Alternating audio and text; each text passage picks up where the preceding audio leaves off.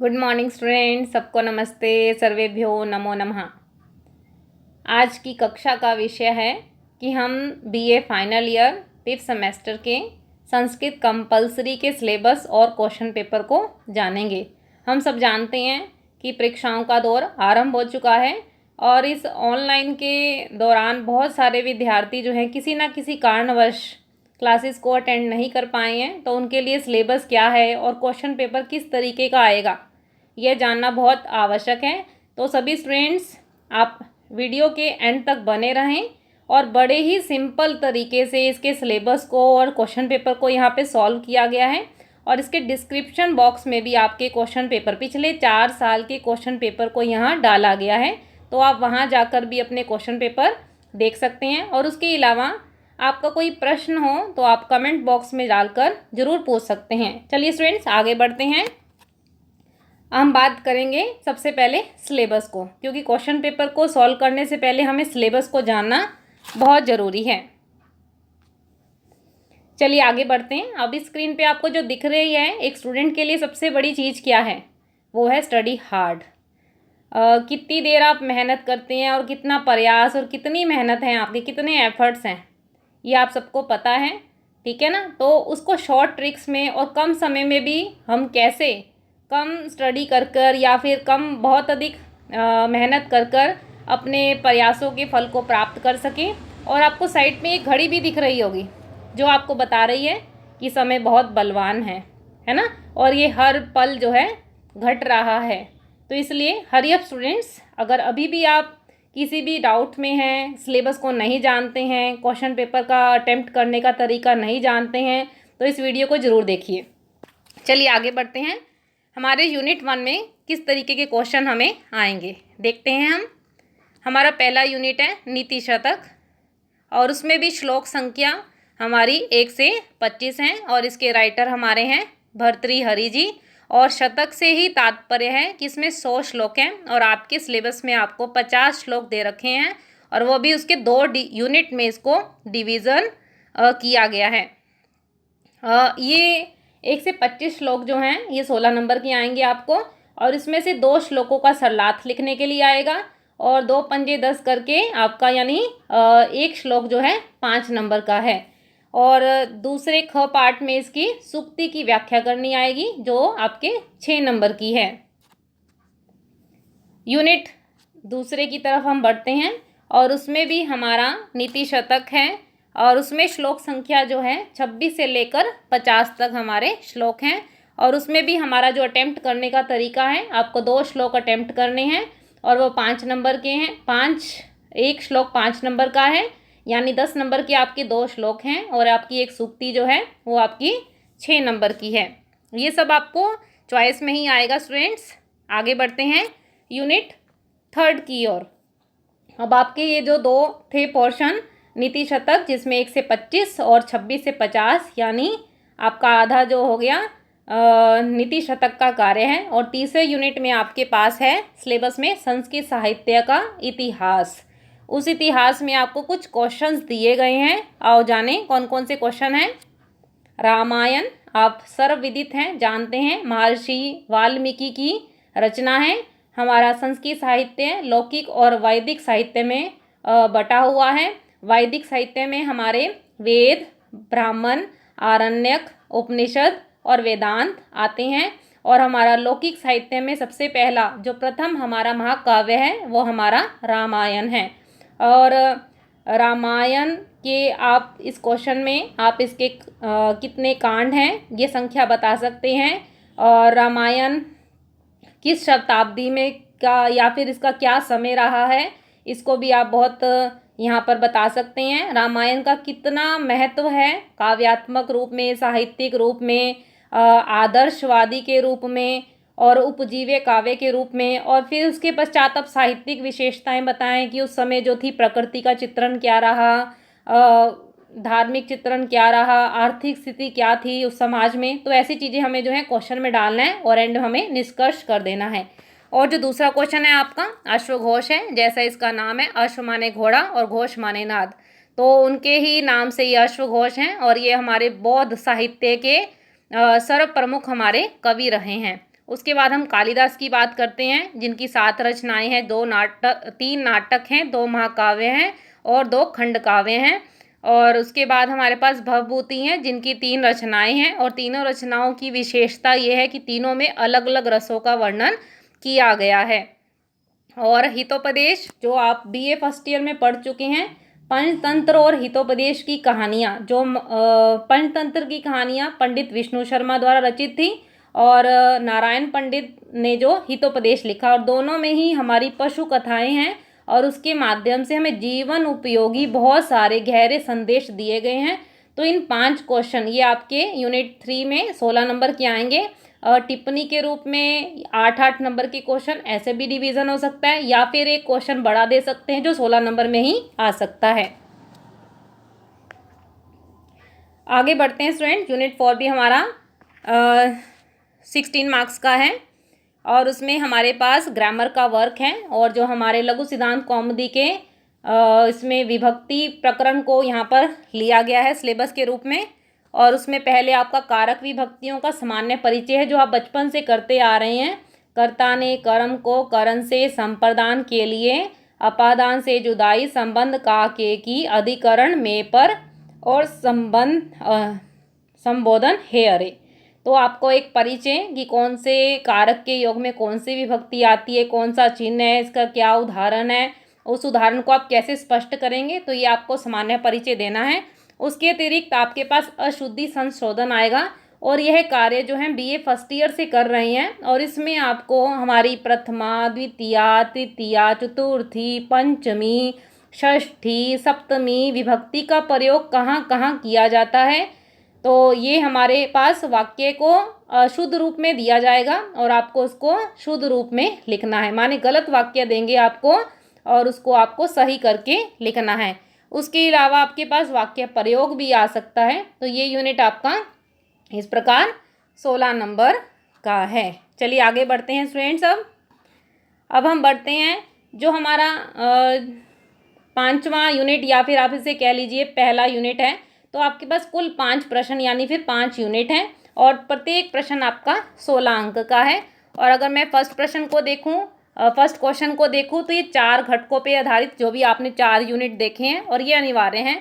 इसके अंतर्गत लघु उत्तरात्मक विकल्प रहित यानी कि जो पहला पार्ट है आपका उसमें आपको 8 प्रश्न पूछे जाएंगे जिसमें कोई चॉइस नहीं होगी। विकल्प रहित माने बिना चॉइस के आपसे 8 प्रश्न पूछे जाएंगे और वो प्रश्न होंगे आपके 2-2 अंकों के, यानी 8 दूनी 16 नंबर की आपके पास वेरी शॉर्ट क्वेश्चन है। जितना आपने अभी यूनिट 1, 2, 3 और 4 में सिलेबस को जानना है उसी में से आपको वेरी शॉर्ट क्वेश्चन आएंगे। और 4 विषयों के पाठ्यक्रम में प्रत्येक घटक से 2 वैकल्पिक प्रश्न दिए जाएंगे। परीक्षार्थी को एक एक प्रश्न का इसमें उत्तर लिखना होगा। तो आशा रख सकते हैं स्टूडेंट्स आपको अभी अब तक अपना सिलेबस समझ आ गया होगा कि कैसे आपका पास यूनिट 1 में क्या है, 2 में क्या है, 3 में संस्कृत साहित्य का इतिहास है और इन 4 में आपके पास कुछ ग्रामर वर्क हैं जो कारक और विभक्तियों और शुद्ध से रिलेटेड हैं। चलिए आगे बढ़ते हैं स्टूडेंट्स। अब आपके पास हम क्वेश्चन पेपर 2019 में जो अभी आपका पिछले साल हुआ है उसको हम डिस्कस करेंगे कि कहाँ पे कैसे प्रश्न आए हैं और उनके उत्तर क्या हैं। चलिए देखिए ये आपके पास 2019 का पेपर है। तो यहाँ पे आप देख सकते हो बड़े आराम से कि आपको फर्स्ट पार्ट के अंदर 8 प्रश्न दिए गए हैं और ये अब सभी प्रश्न आपके 2-2 नंबर के हैं। तो आओ इनको सॉल्व करते हैं। क्या विद्या से अलंकृत दुर्जन त्याज्य है? आप लिखेंगे हाँ, पूर्ण लिखिए इसको, विद्या से अलंकृत दुर्जन त्याज्य है। और फिर अगला प्रश्न है विद्या और दान से रहित मनुष्य किसके समान है? आप जानते हैं ऐसा मनुष्य जो है पशु के समान है। दूसरा देखिए उत्तर। तीसरा देखिए सदा विद्यमान रहने वाला आभूषण कौन सा है? आपने पढ़ा कि सभी आभूषण जो हैं विनाश को प्राप्त हो जाते हैं, क्षय हो जाते हैं, परंतु विद्या रूपी आभूषण जो है सदा रहने वाला आभूषण है। अपादान कारक में चौथा प्रश्न देखिए, अपादान कारक में कौन सी विभक्ति है? यहाँ देखिए पंचमी विभक्ति है। धन की कितनी अवस्थाएं बताएंगी? 3 अवस्थाएं हैं। कौन सी? दान, भोग और नष्ट होना। डैश प्रति देवालय अस्ति, यहाँ पे रिक्त स्थान दे रखा है और ये ग्रामर से आपका प्रश्न है। और बीए फर्स्ट ईयर से हम ये अनुवाद का कार्य सीख रहे हैं कि प्रति के योग में आपके पास कौन सी विभक्ति आती है, द्वितीया विभक्ति का प्रयोग किया जाता है। और द्वितीया विभक्ति को याद रखना बहुत सरल है क्योंकि उसमें सिर्फ म ही लगाना है। इकारांत, उकारांत, अ की मात्रा से, ई की मात्रा से, स्त्रीलिंग, पुल्लिंग, नपुंसकलिंग, कैसा भी शब्द रूप हो उसके द्वितीया विभक्ति के एक वचन में आपको म का प्रयोग ही करना है। तो यहाँ पे आप कुछ भी लिख सकते हैं। मैंने यहाँ पे आंसर दिया, आप देखिए, गृहम प्रति कौन सी विभक्ति है, द्वितीया विभक्ति है। आप महाविद्यालयम प्रति कर सकते हो, मंदिरम विद्यालयम प्रति कर सकते हो। तो ऐसे बड़े सारे आंसर आप खुद बना सकते हैं। सेवक के प्रति किस प्रकार का व्यवहार करना चाहिए? सेवक के प्रति भर्तृहरि जी ने नीति शतक में दया के भाव को बताया है। 8वां अंतिम प्रश्न देखिए, मनस्वी जन की स्थिति किसके समान होती है? मनस्वी मनुष्य की स्थिति जो है किसके समान होती है? फूलों के गुच्छे के समान हो जाती है। या तो फिर वह पड़े पड़े मुरझा जाता है या फिर शीर्ष पर सुसज्जित हो जाता है। अगला देखिए, दूसरे पार्ट में आपको क्या प्रश्न पूछे जाएंगे। यहाँ आपको नीति शतक के 1 से 25 श्लोकों के बीच में से 2 श्लोक अटेम्प्ट करने हैं और चॉइस में भी आपको श्लोक दे रखे हैं। और इसमें अटेम्प्ट करने का तरीका क्या है, देखिए स्टूडेंट्स। सबसे पहले आपको प्रसंग लिखना है, जो आप हमेशा से लिखते आ रहे हैं पिछली छोटी क्लासेस से, कि प्रस्तुत प्रसंग जो है नीति शतक के भर्तृहरि द्वारा रचित नीति शतक से लिया गया है। और इसमें आप उसके बाद दूसरा जो है अवतरण, यानी कि किस श्लोक में किस विषय के ऊपर बात की, वो एक लाइन में आप बता दें कि इसमें इस विषय के बारे में बताया गया है। और तीसरी हेडिंग जो है आपकी, सरलार्थ दे दीजिए, उसे अर्थ दे दीजिए, उसका क्या मीनिंग निकलता है, ठीक है। और उसके बाद उसको आप एक्सप्लेन कीजिए, जिसे हम हेडिंग देंगे व्याख्या के रूप में। और उसके बाद कोई स्पेशलिटी, कोई विशेष बात आपको श्लोक को पढ़कर पता चल रही हो तो वह भी आप बता सकते हैं। और उसके बाद अंतिम कार्य आपकी व्याकरण का है। और व्याकरण में जो अभी तक आप बीए फर्स्ट ईयर से लेके या फिर उससे भी छोटी क्लासेस से लेके आप पढ़ते आ रहे हैं कि शब्द रूप कहाँ पे कौन सा प्रयोग है, धातु रूप कौन सा है, कोई प्रत्यय है, तो ऐसी चीज़ों को आप व्याकरण के अंश में लिख सकते हैं।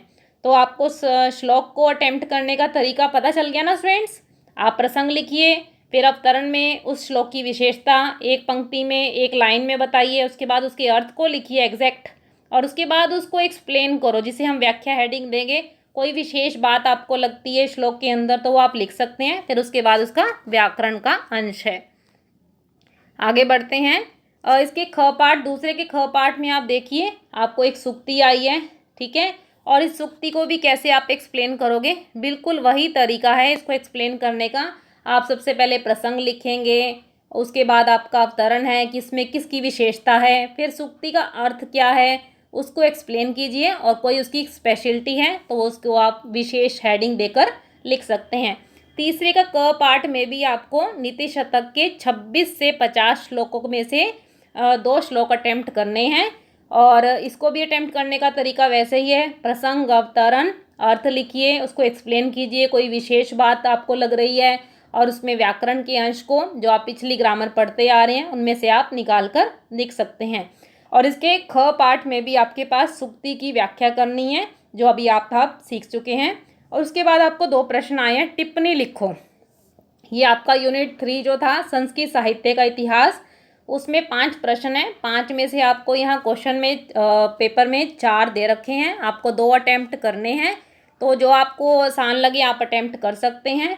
और इसको अटेम्प्ट करने का तरीका क्या है कि आप किसी क्वेश्चन को, किसी राइटर की रचना को उसके कैसे अटेम्प्ट करते हैं। और देखिए स्टूडेंट्स, आप देखिए, सबसे पहले हम भूमिका बनाते हैं उस, जैसे कालिदास का क्वेश्चन है, ठीक है, संस्कृत साहित्य में उनका क्या योगदान रहा है, वो किस लिए प्रमुख माने जाते हैं, कौन से रस के लिए, कौन से अलंकार के लिए, ठीक है। तो ऐसा सब हम भूमिका में दे सकते हैं। दूसरी आपका जीवन परिचय है, जिसमें आप ये कह लीजिए माता पिता का क्या नाम है, कौन सी जन्म पे कहाँ पर उनका जन्म स्थान था, और क्या शिक्षा ली, क्या विवाह, क्या अध्ययन अध्यापन, कुछ भी जो भी उनके जीवन में रहा वह आपका जीवन परिचय में आ जाएगा। और तीसरा आपके पास समय की हेडिंग है, क्या स्थिति काल, किस समय में बाह्य और आंतरिक साक्ष्यों के आधार पर उनका समय जो है क्या माना जाता है, और उसके बाद रचनाएं हैं उनकी, और उसको आप एक्सप्लेन कीजिए। अब मान लीजिए कालिदास की 7 रचनाएं हैं, तो उसी हिसाब से आप उसको सॉल्व करोगे, ठीक है। अब भभूति की 3 है, तो उसी हिसाब से आपको मटेरियल देख कर कि 8 नंबर के क्वेश्चन में हेडिंग सभी बनी हो, और मटेरियल आप अपना घटा सकते हैं, ठीक है, क्वेश्चन को देखकर। उसके बाद उसकी विशेषताएं क्या हैं, उसमें आप पात्र का चित्रण दे सकते हो, समाज में जो स्थिति रही उसका चित्रण दे सकते हो, राजनीतिक स्थिति क्या थी वो दे सकते हो, धार्मिक चित्रण क्या है, ठीक है, और प्रकृति का चित्रण है। ये सभी जगह एक जैसा नहीं मिलेगा, कुछ ना कुछ अलग सब जगह होगा। तो ये विशेषताएं इसके अंतर्गत आ जाती हैं। उसके बाद हम साहित्यिक विशेषताओं के रूप में बात करते हैं, जहाँ पे एक कवि जो है जब रचना लिखता है तो किस भाषा का प्रयोग कर रहा है, क्या शैली को अपना रहा है, किन अलंकारों के द्वारा अपनी रचना को सुंदर बना रहा है, कौन से रसों का प्रयोग है, कौन से गुण हैं, क्या रीति है। तो ये सब आपको लगभग एक पैराग्राफ में हर एक राइटर की रचना में ज़रूर बताना है, और एंड आप उसका निष्कर्ष क्या है, क्या निचोड़ है इसका, ये आप ज़रूर बताएंगे कि आपने क्वेश्चन को जब समअप किया, एंड किया, तो आपको उस राइटर या उसकी रचना से रिलेटेड क्या चीज़ें खास पता चली हैं, इस चीज़ को ज़रूर ऐड कीजिए। उसके बाद हम बढ़ते हैं अगले क्वेश्चन की तरफ। ये है 5वें का क पार्ट, जिसमें आपको कारकों से रिलेटेड प्रश्न आया है, और ये भी हम एक बार डिस्कस कर चुके हैं, कारकों की संख्या कितनी है, ठीक है। अब इस क्वेश्चन को करने से पहले, अब ये 8 नंबर का आया और अब हमारे पास इसका मटेरियल अधिक नहीं है, तो इसको कम को ज़्यादा कैसे किया जाए। आप कारक की परिभाषा लिखिए, संस्कृत में लिखिए, फिर उसको हिंदी में एक्सप्लेन कीजिए। क्रियाम करोति निवर्त यतिति कारकम, जो क्रिया को संपन्न करे, निष्पादन करे, सिद्ध करे, वह कारक हैं। उसके बाद अगली हेडिंग डालिए कारकों के भेद या कारकों की संख्या कितनी है। अब हमारे व्याकरणकार जो हैं संबंध को कारक नहीं मानते हैं, परंतु फिर भी प्रयोग की दृष्टि से देखा जाए तो कारकों की संख्या को हम षष्ठी विभक्ति को भी हम जोड़ लेते हैं। तो ये बताने के बाद इसके बाद आप फिर टॉपिक पर आएंगे, मतलब डायरेक्ट टॉपिक पे नहीं आना, क्योंकि इसका मटेरियल हमारे पास अधिक नहीं है। उसको ज़्यादा 8 नंबर के क्वेश्चन के हिसाब से कैसे अटेम्प्ट करना है, ठीक है। तो एक यहाँ पे चार्ट बना दिया गया है, जो हम पहले से ही बचपन से या फिर छोटी क्लासेस इसको सॉल्व करते आए हैं, तो ये आपको क्लियर हो जाएगा कि कौन से कारक में का क्या चिन्ह है और उसमें कौन सी विभक्ति का प्रयोग किया जाता है। चलिए इसके ख पार्ट की ओर बढ़ते हैं। यहाँ पे वाक्य को शुद्ध करना आया है, तो यानी कि आपको गलत वाक्य दिए गए हैं और उसको आपने शुद्ध करना है, बिल्कुल करेक्ट करना है। वो कैसे होंगे, अब देखिए यहाँ पर स्टूडेंट्स, नगरस्य परितः वृक्षाः सन्ति। अब इस वाक्य को देखने के बाद आप क्या चीज़ पता लगा पा रहे हैं। अब देखिए स्टूडेंट्स, ये नियम तो आपके बीए फर्स्ट ईयर से और बहुत हम छोटी क्लासेस से भी पढ़ते आ रहे हैं, पर थोड़ा सा इसको और ध्यान देंगे तो हमारे यहाँ पर मार्क्स बहुत आसानी से बन सकते हैं। अब देखिए परितः, पहले का क पार्ट देखिए, परितः, अभितः, परितः, समया, निक्षा, हा, प्रति, इनके योग में द्वितीय विभक्ति का प्रयोग होता है। तो यानी जो नगरस्य दे रखा है इसकी जगह आप द्वितीय विभक्ति का प्रयोग कर दीजिए, तो ये आंसर बना नगरम परितः वृक्षाः सन्ति। तो यानी आप नगरस्य के स्थान पर नगरम करेंगे। चलिए आगे बढ़ते हैं। हरि वैकुंठे अधिशेते, तो यहाँ पे भी देखिए अधि उपसर्ग के साथ शींग, स्था, आस, ऐसी जब धातुएं आती हैं तो वहाँ पे द्वितीय विभक्ति का प्रयोग किया जाता है। तो यानी आपका जो आंसर है हरि वैकुंठे अतिशेते, हरि कहाँ बैठते, वैकुंठम आएगा, ठीक है। तो यहाँ भी आपका यहाँ वैकुंठम ठीक करना है आपको। पिता पुत्र से सह इच्छति, अब आप देखिए सह के योग में कौन सी विभक्ति है, अगर मैंने इसका यहाँ पर आंसर लिखे तृतीय विभक्ति का प्रयोग है और इसका अर्थ है साथ, पिता पुत्र के साथ जाता है। तो साथ में सह और सह के योग में तृतीय विभक्ति का यहाँ प्रयोग किया है, ये बना पुत्रेण सह गच्छति, पिता पुत्रेण सह गच्छति। चलिए चौथे क्वेश्चन की ओर बढ़ते हैं। जलस्य विना स कथम जीवति, अब आप देखिए विना के योग में कौन कौन सी विभक्तियाँ लगती हैं। इसके फोर्थ पार्ट पे देखिए द्वितीया भी है, तृतीया भी है और पंचमी विभक्ति का भी प्रयोग है। और सबसे सरल के लिए आप किसका प्रयोग करेंगे स्टूडेंट, दूसरी यानी द्वितीय विभक्ति का प्रयोग कीजिए। जलम विना स कथम जीवति। चलिए आगे बढ़ते हैं। माम दुग्धम ना रोचते, रुच धातु जिसे अच्छा लगना कहते हैं उसमें चतुर्थी विभक्ति का प्रयोग किया जाता है। तो यहाँ पे माम के स्थान पर, माम आपकी द्वितीय अस्मद शब्द रूप की द्वितीय विभक्ति लगी हुई है, तो आप इसको चेंज कर दोगे, यहाँ पर ये बनेगा मह्यम। क्या बनाएंगे हम? मह्यम, मयम। ठीक है, ये अस्मत् शब्द रूप का आपका क्या है? चतुर्थी विभक्ति का प्रयोग है। मयम दुग्धम न रोचते। आगे बढ़ते हैं। लतया पुष्पम अपतत। लता से पुष्प गिरता है। अब यहाँ अलग होने का भाव दिख रहा है, गिरने का भाव दिख रहा है, तो आपको पता है वहाँ पे कौन सी विभक्ति का प्रयोग होता है? पंचमी विभक्ति का प्रयोग होता है। तो यहाँ पे लता के स्थान पर, लतया के स्थान पर क्या लगाया हमने? लताया पुष्पम अपतत। ठीक है, यहाँ पे आपको पंचमी विभक्ति का प्रयोग करना है। अगले देखिए, गृहेन दूरे देवालय अस्ति। तो जब दूर और समीप शब्द आते हैं तो इसमें कई सारी विभक्तियों का प्रयोग किया जाता है। जिससे दूरी या समीपता बताई जाए तो उसमें हम पंचमी या षष्ठी विभक्ति के प्रयोग को देखते हैं। तो यहाँ पर आप गृहस्य और गृहात इन दोनों वाक्यों का प्रयोग कर सकते हैं। तो यानी गृहात भी शुद्ध है आपका और गृहस्य भी शुद्ध है। तो गृहात या फिर गृहस्य लगाकर दूरे देवालय अस्ति। तो ये आपका पेपर इस तरीके का आएगा। इस तरीके से आपको सॉल्व करना है। ग्रामर आपकी सिर्फ 16 मार्क्स की दिख रही है और इसी के ही आपके पास 4 क्वेश्चन जो हैं वेरी शॉर्ट, 2 क्वेश्चन यानी 2 दूनी 4 नंबर के आपके पास कहाँ पर आएंगे? वेरी शॉर्ट क्वेश्चन में आएंगे। तो बहुत आसान है आपके लिए क्वेश्चन पेपर में मार्क्स लेना, क्योंकि चॉइस भी बहुत सारी है।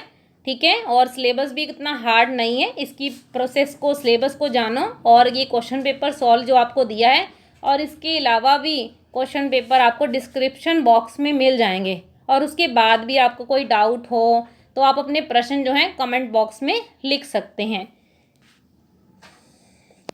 तो आपका बहुत धन्यवाद फ्रेंड्स, आपने इस लेक्चर को बड़े ध्यान से सुना है। आपने सिलेबस भी जाना संस्कृत कंपलसरी का, BA final year 5th semester का सिलेबस हमारा क्या है, और इसके बाद भी क्वेश्चन पेपर को भी हमने सॉल्व किया है 2019 के, कि किस तरीके के पेपर में प्रश्न पूछे गए हैं। और उसके अलावा भी आपका कोई प्रश्न हो तो आप पूछ सकते हैं और अपने कमेंट बॉक्स में प्रश्न आप डाल सकते हैं। चलिए फ्रेंड्स, ऐसी वीडियोस के साथ हम मिलते रहेंगे, परंतु तब तक आप हमारे साथ बने रहिए। और वो कैसे बने रहेंगे? ये हमारा यूट्यूब चैनल है, इसको सब्सक्राइब करना, इस बेल आइकन पे ज़रूर आप बेल आइकन को ज़रूर दबाएं और सब्सक्राइब ज़रूर करें। और अगर आपको फ्रेंड्स वीडियो अच्छी लगी हैं तो इसे लाइक भी कीजिए और शेयर भी कीजिए। तो ठीक है फ्रेंड्स, हम फिर मिलते हैं ऐसी नई वीडियोज़ के साथ। सबको नमस्ते, नमो नमः।